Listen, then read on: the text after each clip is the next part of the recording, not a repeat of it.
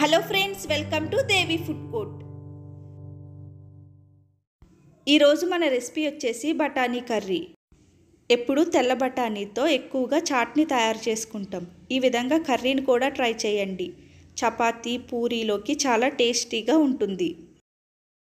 Stove on చేసి కడాయిని పెట్టుకుని అందులోకి 2 టేబుల్ స్పూన్ ఆయిల్ని వేసుకోండి. ఆయిల్ హీట్ అయ్యాక 1/2 టీ స్పూన్ జీలకర్ర, 2 మీడియం సైజ్ ఉల్లిపాయల్ని చిన్న ముక్కల కింద కట్ చేసి వేసుకోండి. మీడియం ఫ్లేమ్లో ఆనియన్ లైట్గా కలర్ చేంజ్ అయ్యేంత వరకు ఫ్రై చేసుకోవాలి.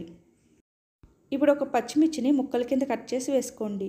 1 టీ స్పూన్ అల్లం వెల్లుల్లి పేస్ట్ వేసుకుని అల్లం వెల్లుల్లి పేస్ట్ పచ్చివాసన పోయేంత వరకు ఫ్రై చేసుకోవాలి.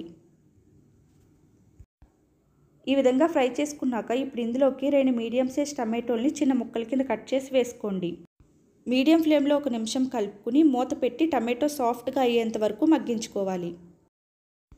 ఇప్పుడు ఒకసారి చెక్ చేసుకుందాం.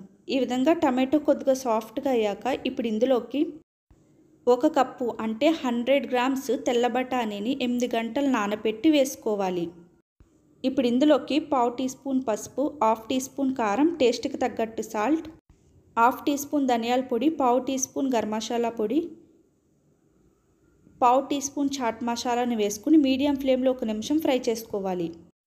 ఈ విధంగా ఫ్రై చేసుకున్నాక ఇప్పుడు ఇందులోకి 1/2 లీటర్ వాటర్ని వేసుకోండి. తెల్ల బఠానీ ఉడకడానికి కొంచెం టైం పడుతుంది కాబట్టి మధ్య మధ్యలో చెక్ చేసుకుంటూ లో ఫ్లేమ్లో మూత పెట్టి ఉడికించుకోవాలి. ఇప్పుడు ఒకసారి చెక్ చేసుకుందాం. ఇప్పుడు ఒకసారి గరిటతో కలుపుకుని కొద్దిగా కొత్తిమీరని వేసుకుని మూత పెట్టి వాటర్ ఏమీ లేకుండా దగ్గరికి అయ్యేంత వరకు లో ఫ్లేమ్లో ఉడికించుకోవాలి.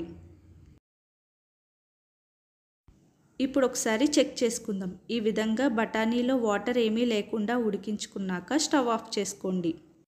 ఇప్పుడు బఠానీ కర్రీని సర్వ్ చేసుకోవడమే. ఈ బఠానీ కర్రీలో కొద్దిగా నిమ్మరసాన్ని వేసుకోండి. చాలా టేస్టీగా ఉంటుంది.